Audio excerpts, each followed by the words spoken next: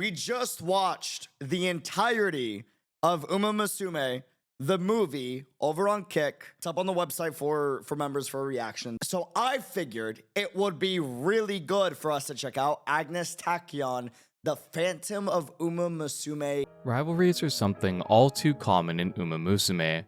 Okay. A strong rival, in The most Phantom of situations, Umamusume. present the ability for our protagonists to push past their boundaries and overcome hardship.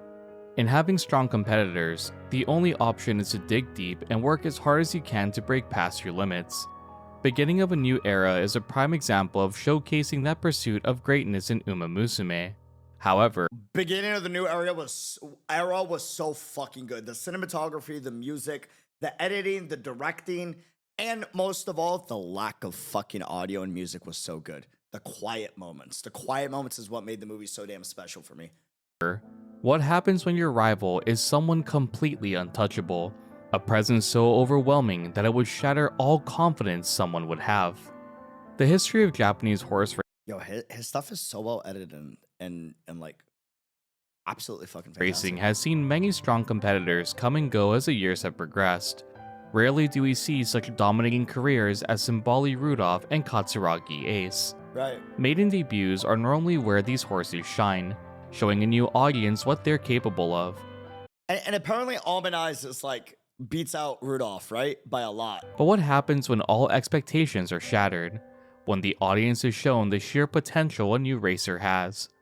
That shot was so good. One who would Oh, bro, the cinematography here with the color grading and everything was so good here. dominate the racetrack and disappear as quickly as they came, leaving behind such a strong legacy that would usher in a new era of horse racing.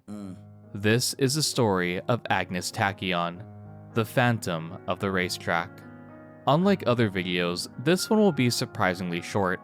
Agnes Tachyon's racing career isn't that extensive, Right. but it is the importance of his participation in his short career that would solidify him in horse racing history. Agnes Tachyon was born on April 13, 1998, and from the very beginning had clear potential to be a strong racehorse. Right. Tachyon's sire was Sunday Silence, a famous racehorse from America who'd been brought over to Japan. Sunday Silence was one of the best sires that Japan had ever seen, displaying strong pedigrees to pass down to the various children he'd have in his retirement.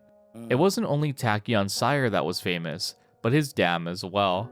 The dam of Agnes Tachyon was Agnes Flora, a well-known racehorse, most notably placing first in the Oka show. Agnes is a clan name which shows Tachyon's lineage, and the name Tachyon is defined as a hypothetical particle faster than the speed of light. From birth, expectations were high for Tachyon to fill the shoes That's of such both a his sick mother name. and father's history. Like a fucking particle that might be or is, I don't know, faster than the speed of light is such a sick concept for a name. Though Tachyon displayed a strong lineage, he would not be seen as a favorite to win his debut race. Tachyon had not seen much training in comparison to his Unreal Dreamer is a good horse name. I mean, competition, leading many to believe that his abilities wouldn't be as sharp Theoretical, against other theoretical. horses at the debut.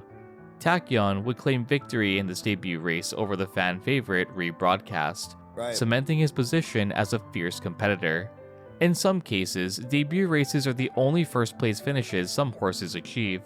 However, for Tachyon, it would only be the beginning of a string of multiple victories to come. Tachyon's debut race would also show the audience that he was far above the capabilities of other newcomers. During the final spurt of the race, Tachyon would clear 600 meters in 33.8 seconds.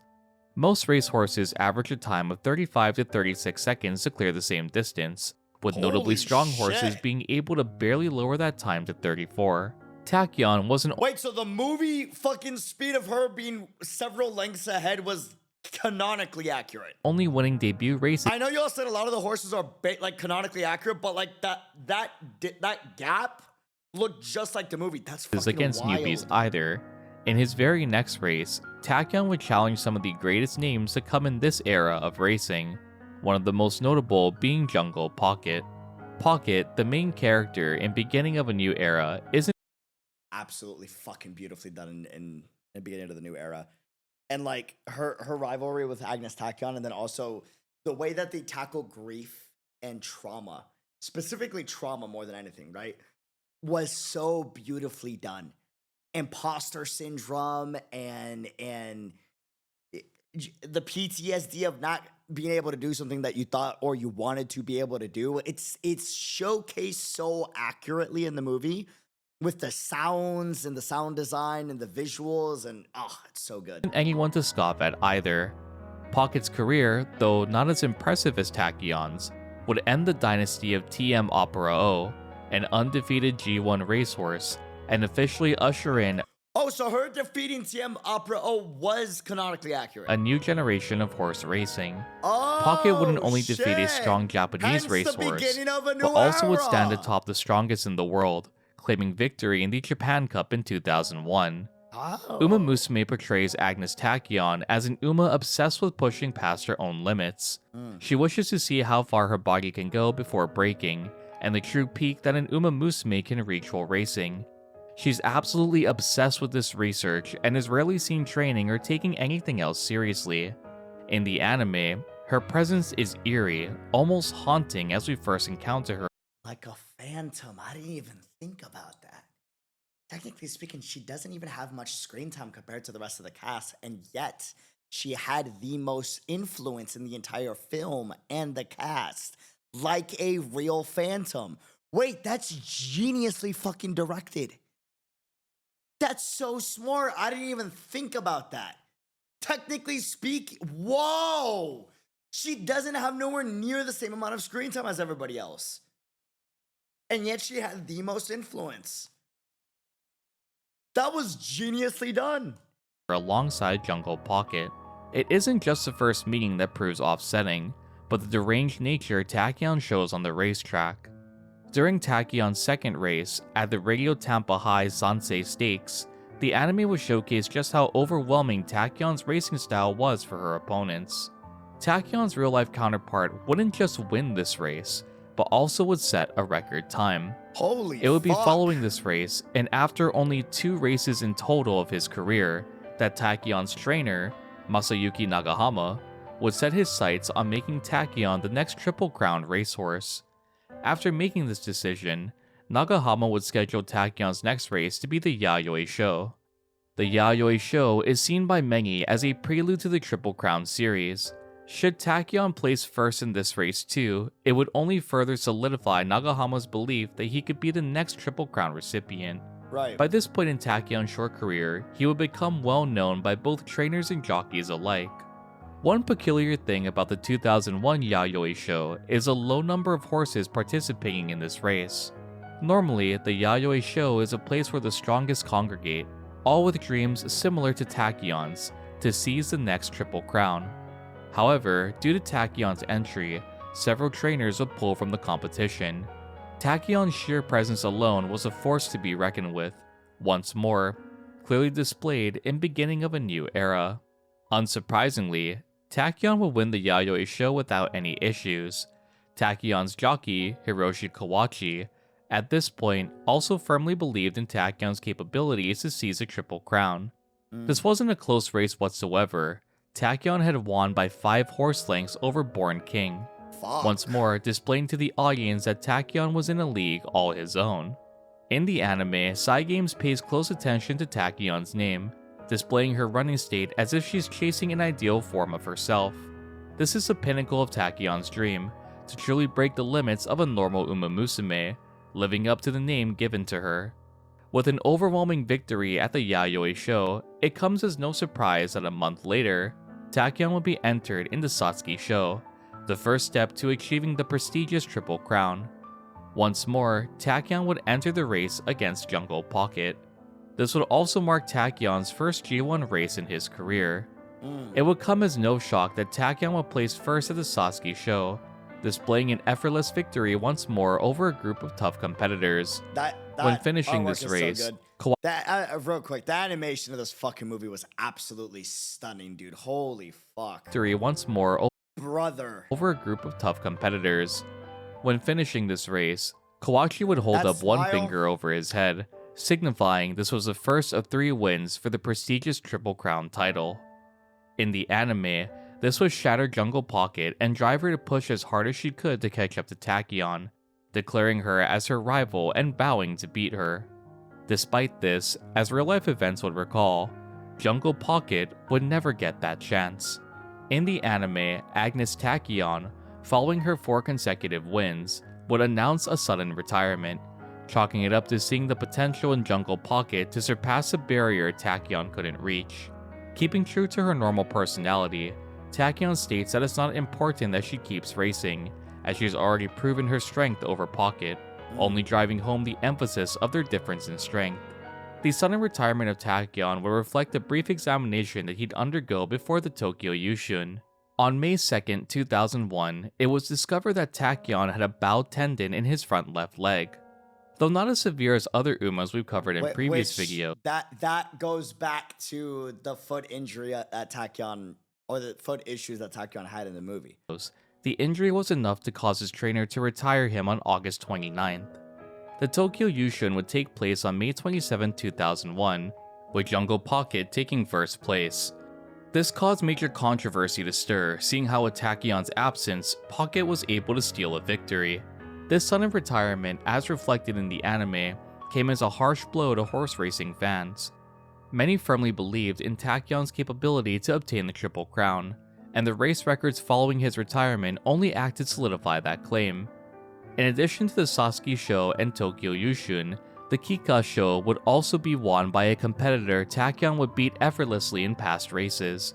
Manhattan Cafe would claim the Kika Show victory with Tachyon's absence, making both remaining Triple Crown races won by horses Tachyon had previously bested. Dude, that's kind of fucking wild. The Phantom Triple Crown. Holy shit. This would lead people to give Agnes Tachyon the nickname of the Phantom Triple Crown, a racehorse who clearly would have dominated in his era of racing. A presence so strong that it led some to withdraw from the competition entirely against him. In the anime, as Umamusume does, the aim is to honor the legacy that would follow Tachyon's retirement. Jungle Pocket would try time and time again to convince Tachyon to continue racing.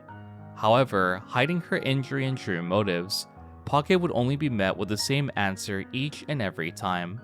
Tachyon had already proved her dominance over Pocket, and through this, Tachyon wanted to see just how much further Pocket could surpass her. The remainder of Beginning of a New Era follows Jungle Pocket's internal struggle with never being able to compete with Tachyon again. Her rival had essentially vanished after proving I'm sorry, that's one of my favorite shots in the whole fucking movie. being able to compete with Tachyon again. Her rival had essentially I love that vanished shot so after much. proving undefeated strength on the racetrack. Oh. During this time, Tachyon would seem content with this decision, the seeming injury she'd gotten having prevented her from truly realizing her full potential. It would be at Jungle Pocket's race at the Japan Cup that Tachyon would realize that she didn't want someone else to reach that point for her, but instead, she'd aim to reach it herself. Through Jungle Pocket's perseverance, even with Tachyon's absence, her resolve had shifted, ending the movie off with the defeat of TM Opera O and ushering in the new era of Umas. These being Dansu Flame, Manhattan Cafe, Jungle Pocket, and Agnes Tachyon. Though this video has given away some aspects of the movie, I highly suggest watching Beginning of a New Era. For how short the runtime was, it really is one of the best things Cygames has produced in the Umamusume anime universe. I agree. Following the real horse's retirement, Agnes Tachyon will participate in retirement races, which are far less competitive than the previous victories he'd accumulated over his career. Both Tachyon's jockey and trainer stated that Tachyon simply loved to race, and all of his monstrous victories could simply be due to that fact. In addition to participating in retirement races, Tachyon would also become a highly successful breeding stallion, being named the lead stallion in 2008. Some notable offspring of Tachyon's were Deep Sky and Daiwa Scarlet. Tachyon would pass away suddenly in 2009 due to an acute heart failure. Today, Tachyon is still remembered as a Phantom Triple Crown racer, 2,755 kids is wild. one who suddenly emerged and was extinguished before he could recognize greatness. Even though his career was brief, Tachyon aided to usher in a new era, Also, how? but sadly, couldn't be a part of it. This was the story of Agnes Tachyon. the phantom of the racecourse who redefined the racing world. God damn. I didn't realize that. Like, I realized it, but I didn't process it until until it was mentioned that we really don't get much screen time of Tachyon in the movie, like, at all. And yet it felt like Tachyon had so much fucking screen time, when in reality, if you really look back on it, like, besides the trauma showcase of Jungle Pocket, there isn't many moments of Tachyon actually on screen, yet we constantly hear talking about Tachyon throughout the whole movie. She was just in our head the whole damn time for what she did. Like a true phantom would be. Like that, it's so geniusly fucking directed. So geniusly directed. Holy shit. YouTube, if you're watching this movie, we do a lot of anime reactions over on Kick, where we'll actually stream some of the reactions over there. But also, we do have the full reaction about it on our website for members. That way, it's, you know, copyright protected. But I do want to do a movie breakdown / discussion as to why that movie I consider a fucking masterpiece. Sadly, I want to talk about the music, but I don't think the music would be copyright friendly for YouTube.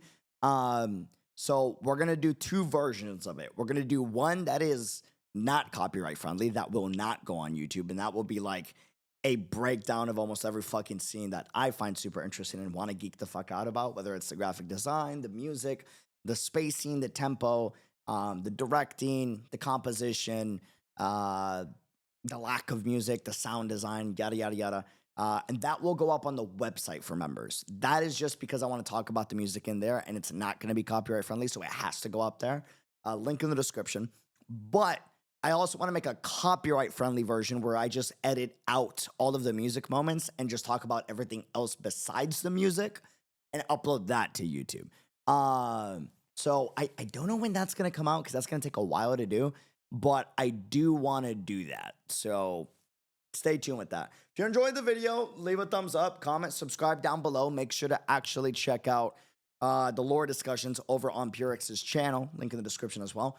And thank you for all the crazy support on the channel. I appreciate it. Love the heck out of y'all. Deuces. Till next time, be unreal. And I will see you guys soon. If there's any videos that you want to recommend, by the way, feel free to post the links in the Discord, or leave a title name in the comments, or go on our subreddit and leave a video link there with the correct tag flare. That way we know like what videos you guys want to see on the channel as well, where we discuss and kind of break down and geek out about. I'll see you soon.